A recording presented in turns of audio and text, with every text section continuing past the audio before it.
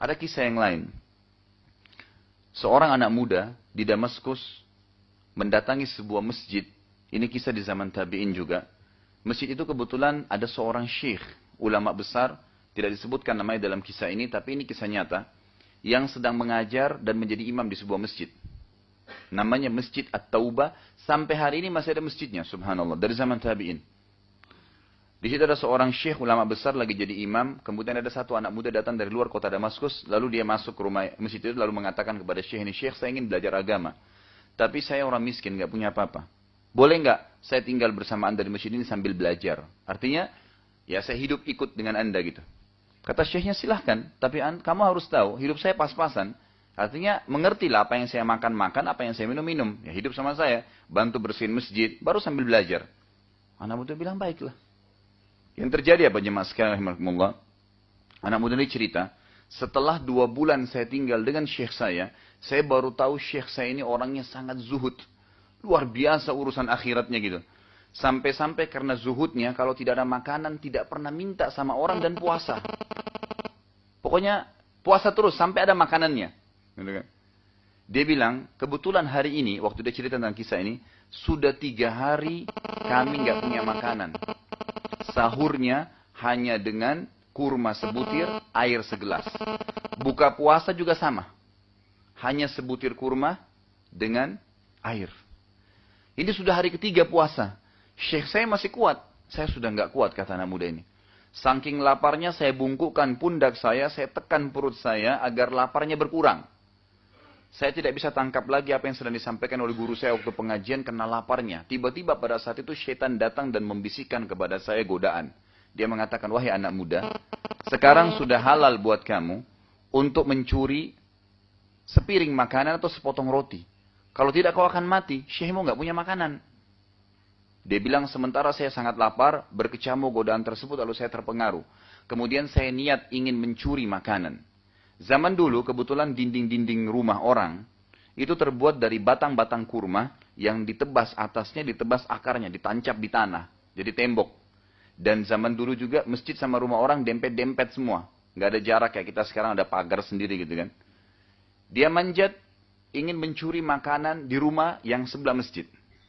Dia bilang saya manjat, kemudian saya lihat di rumah sebelah masjid itu ada 3 perempuan yang tidak pakai hijab sedang menenun kulit domba.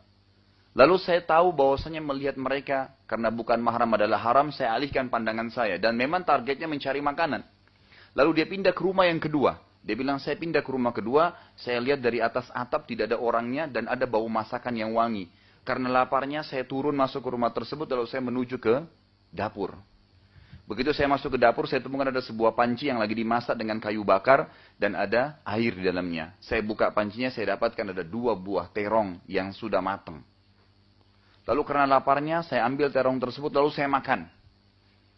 Sebelum, dia bilang, saya menelan kunyaan tadi, kunyaan pertama itu, tiba-tiba saya teringat kepada Tuhan saya Allah. Lalu dia bilang, saya baru sadar, setan berhasil membuat saya melakukan 3 dosa sekaligus. Masuk rumah orang tanpa izin, dosa. Mencuri, mengambil terong itu, dosa. Dan mulut saya sekarang sedang mengunyah makanan haram, dosa. 3 dosa sekaligus. Dan dia bilang, pasti Tuhan saya Allah dengan keyakinan saya tidak akan menghinakan saya kalau saya tinggalkan yang haram. Sebagaimana sabda Nabi SAW, "Man taraka syai'an lillah, abdalahu khairan min." Siapa yang meninggalkan sesuatu karena Allah, Allah akan, ya, Allah SWT, ini mungkin dipindahin.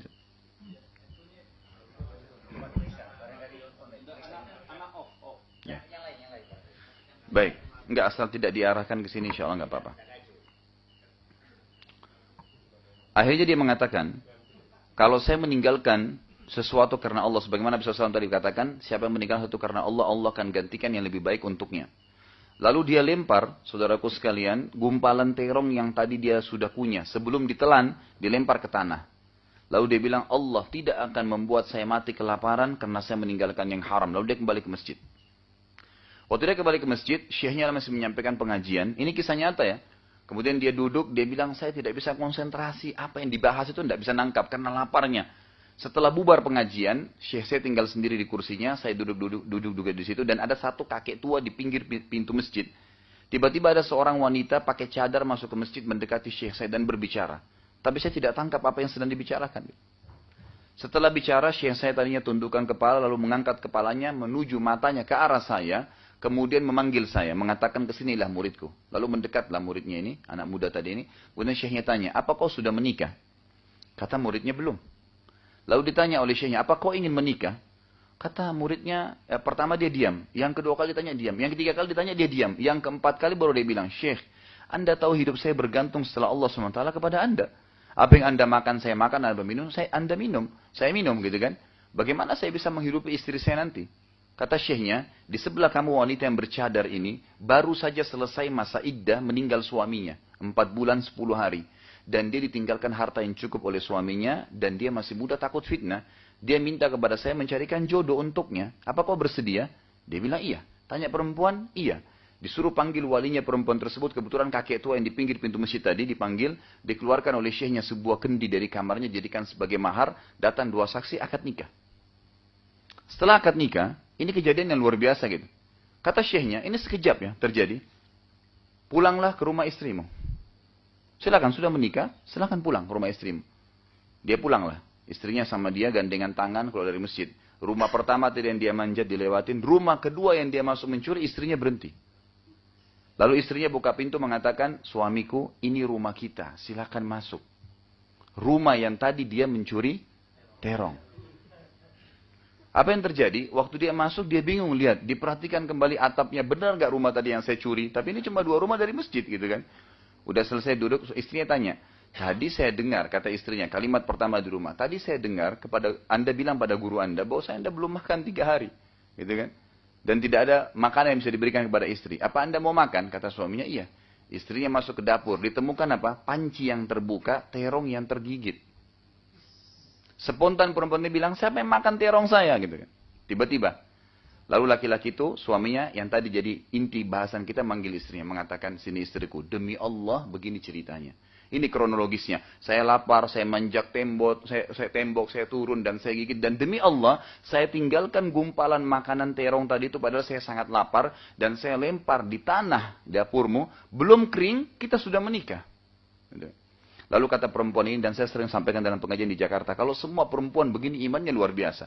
Dia mengatakan apa? Demi Allah suamiku, engkau meninggalkan segumpal makanan haram. Karena Allah jadikan makanan itu, pancinya, rumah yang dipakai masak. Dan saya pemilik rumahnya jadi milikmu sekarang.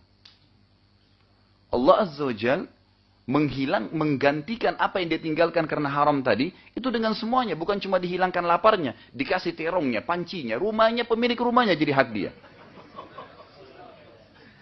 Nanti kalau ada yang mau nikah, jangan jadikan kisah ini sebagai patokan.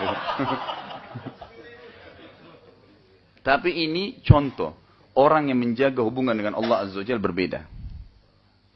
Ini kata kunci. Jadi kalau kita tahu dan kita kenal kita punya Tuhan Allah Azza wa Jalla, dimanapun kita berada kita tidak akan pernah takut kecuali kepada yang tidak tunduk